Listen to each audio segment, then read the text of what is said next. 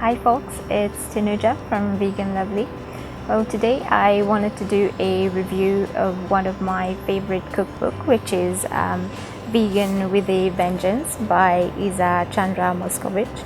So this book is actually celebrating its 10-year anniversary this year, and I already owned the previous edition of this book, which was the 2007 one.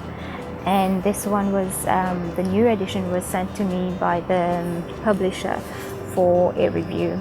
So this book has been updated, and there's been a few changes. So first of all, there's a new foreword by Chandra, and then there are new updated recipes, and also what the previous editions were missing is full photos. So there are a lot of photos of the food in this edition.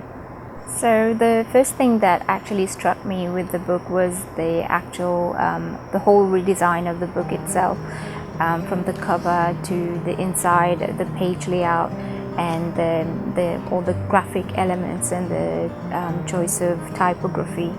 So it's probably people don't mind that as much, but for me, coming from a graphic design background, and I have myself worked on a few recipe cookbooks where I've done the page layout and design for them. So I do like to have a look at these whenever I'm holding a cookbook, or any book actually, in my hands. So what I like about this one is the trendy, grungy kind of feel that it has, and they also used a distressed style font that I think gives the book a lot of personality. So I really like that in the new edition. So concerning the content of the book itself, it's a celebration of comfort food, and they are all presented in reliable and easy recipes to follow. So the book starts actually by an introduction where Isa explains the changes that she has done to the recipes and her general approach, and some of them are easier recipe directions and a shorter list of ingredients. And also her cat Fizzles gives us nice little tips all throughout the book. So I found that to be very entertaining. And she also has a section on tools and kitchen stuff, as well as some guidelines for a well-stocked vegan pantry. So these were very useful tips in the book. So the recipes in the book, they fall in different categories, which are brunch, muffins and scones, soups, little meals, finger foods and sandwiches, sides, pizzas and pastas, entrees, cookies and bars, and desserts. So I found that a lot of the recipes in the sides and entree sections could be made into mains by just increasing the portion size.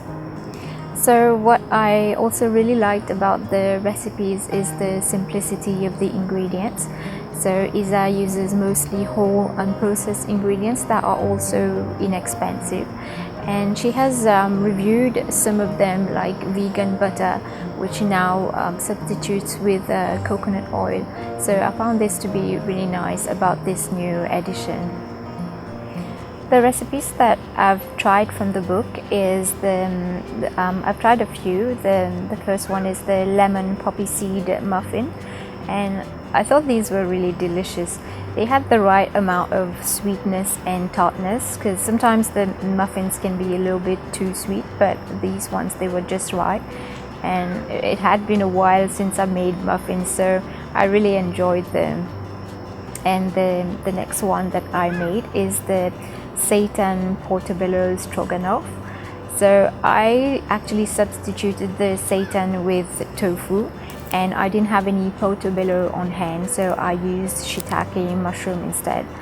but it turned out really delicious. I really love the sauce, and even though I didn't use any wine in mine, the sauce still came out really nice, and I had that over penne instead of fettuccine, so I really enjoyed that. It was a delicious dinner. And next recipe that I made is the Brussels sprouts fried rice, which I am also sharing the recipe for in the next video. So this fried rice was really easy. It really comes together very quickly, and it was very tasty. I like the combination of flavors and the herbs and the spices that Isa chose to use in this one. So this, all the meals so far that I've tried from the book, and even from the previous version, I made a few recipes, mostly the cookies from the previous version that I own. They were really nice. So on the whole, I really loved this book, and I hope you will find this review helpful. So if you want the recipe for the Brussels sprouts fried rice, stay tuned and watch the next video. If you've liked this review, please give it a thumbs up and share it with your friends, and don't forget to subscribe. I'll see you soon in part 2 for the recipe.